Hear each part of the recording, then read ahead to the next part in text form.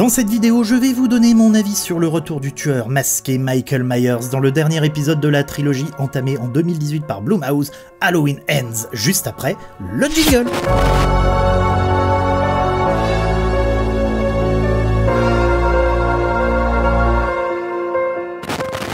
Salut les amis, c'est Mathieu et je reviens vers vous pour Halloween Ends de David Gordon Green avec Jamie Lee Curtis. Dans cette vidéo, je vous proposerai mon avis sans spoiler pour ceux d'entre vous qui ne l'ont pas vu et mon avis avec spoiler évidemment pour ceux qui l'ont déjà vu.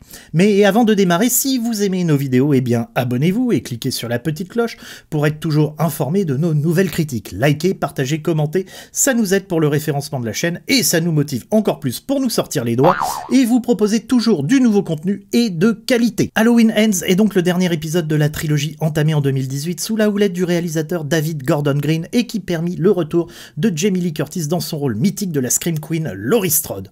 Fort du succès de son Halloween 2018, le réalisateur propose à Blumhouse 2 suites pour terminer l'histoire commencée.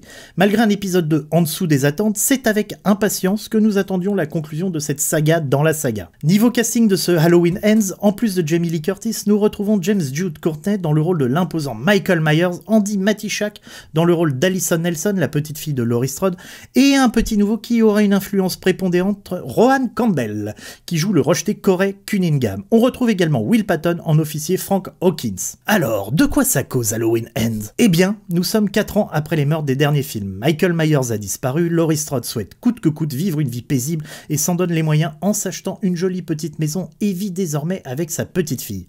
Pour exorciser ses peurs, outre cette mise à la pâtisserie sans grand succès, il faut le souligner, elle lutte contre ses angoisses en couchant sur papier ses mémoires.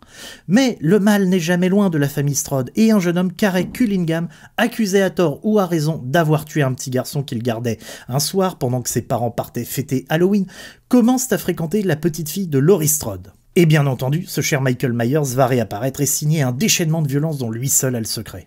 Car Michael Myers, c'est un grand artiste, le Michel-Ange du crime brutal, et comme tout grand artiste, nous reconnaissons au premier coup d'œil son style et sa patte.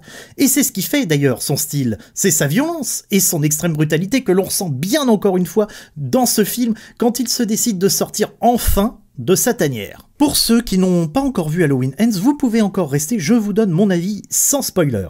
Malgré un pré-générique plus que prometteur et un excellent générique modernisant comme dans les deux précédents, le générique du Halloween de 78 sur le mythique thème musical de John Carpenter, David Gordon Green tente de faire dans l'originalité et c'est long, très long à démarrer. J'ai piqué du nez 2 fois lors du premier tiers. Mais la question que je me suis posée durant tout le film, est-ce une volonté d'originalité ou simplement une intrigue prétexte pour tenir une histoire sur 2 heures de métrage?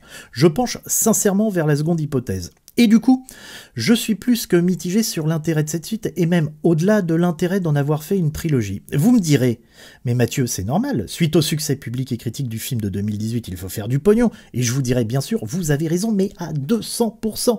Et la rentabilité d'une saga ou d'une série ne me dérange absolument pas, du moment que derrière, il y ait un intérêt artistique. Le cinéma, c'est une industrie, un film doit rapporter de l'argent. Et le genre de l'horreur, historiquement parlant, a toujours été, à l'instar du porno d'ailleurs, une pompe à fric très rentable. Mais d'un point de vue de l'intérêt de l'histoire, l'intrigue entamée dans le Halloween de 2018 se suffisait à elle-même. Allez, il suffisait peut-être de rallonger le film d'une vingtaine de minutes plutôt que de produire de suite. Car là, à part clôturer pour clôturer, nous servir un prétexte pour tenter de tenir difficilement sur 2 heures, jusqu'à la conclusion, bah en fait voilà quoi, c'est tout. C'est ça l'intérêt d'Halloween Ends, ou plutôt le désintérêt. Bon, la réalisation et la mise en scène, c'est du niveau du 2, ce n'est pas horrible, mais ce n'est pas non plus à se taper le cul par terre. Certaines situations, notamment cette volonté de montrer les habitants de la ville toujours en mode face au mal, fait quand même très film TV. Bon, dans les points positifs, il est toujours plaisant de retrouver Jamie Lee Curtis dans son rôle mythique en femme forte, luttant coûte que coûte contre son démon. C'est plutôt bien interprété. On peut saluer d'ailleurs la prestation de Rohan Campbell qui porte les 2 premiers tiers sur ses épaules. Et j'aime beaucoup, vraiment beaucoup, l'imposant James Jude Courtney qui interprète Michael Myers et qui arrive tout en brutalité sanglante à humaniser le personnage.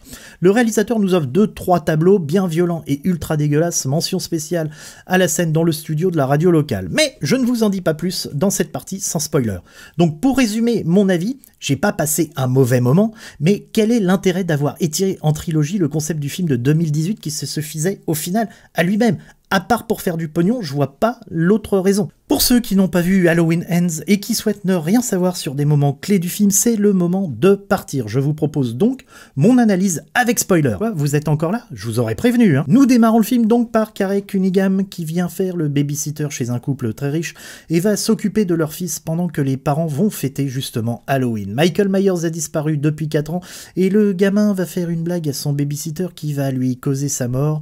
Cette scène d'intro que j'ai beaucoup aimé fonctionne très bien, on y croit, on pense que Michael Myers est de retour, et ça marche quoi. La mort du gamin va changer la vie du pauvre babysitter à jamais, laissant planer sur lui le doute des habitants de la ville ne croyant pas à la thèse de l'accident.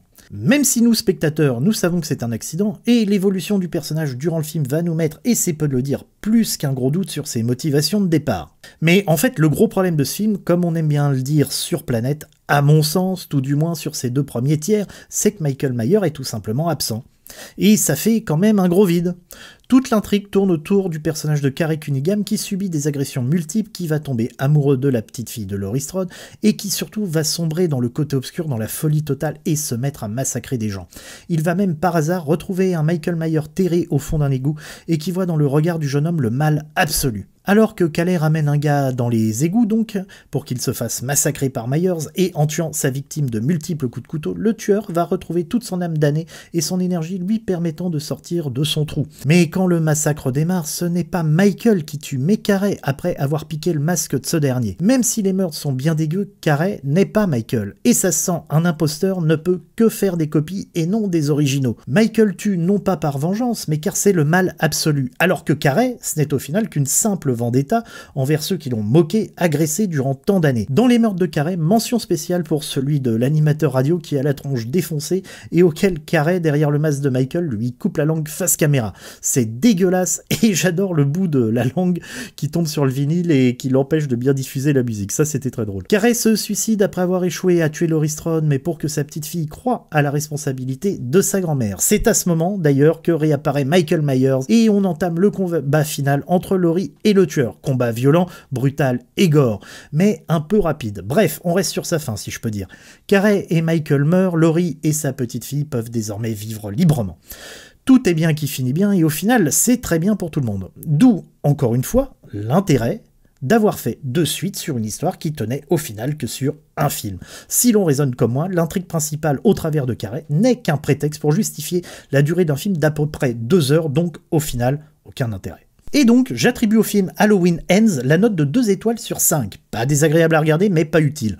Long à démarrer, mais l'horreur du dernier tiers vaut le coup d'être regardée. Mais quel est l'intérêt d'un Halloween sans Michael Myers? Et dire que David Gordon Green a été annoncé pour faire un remake du chef-d'œuvre de l'exorciste de Friedkin. Mais laissez-le tranquille, putain, ce film il suffit à lui-même. Il a déjà eu pléthore de suites, toutes plus nazes les unes que les autres.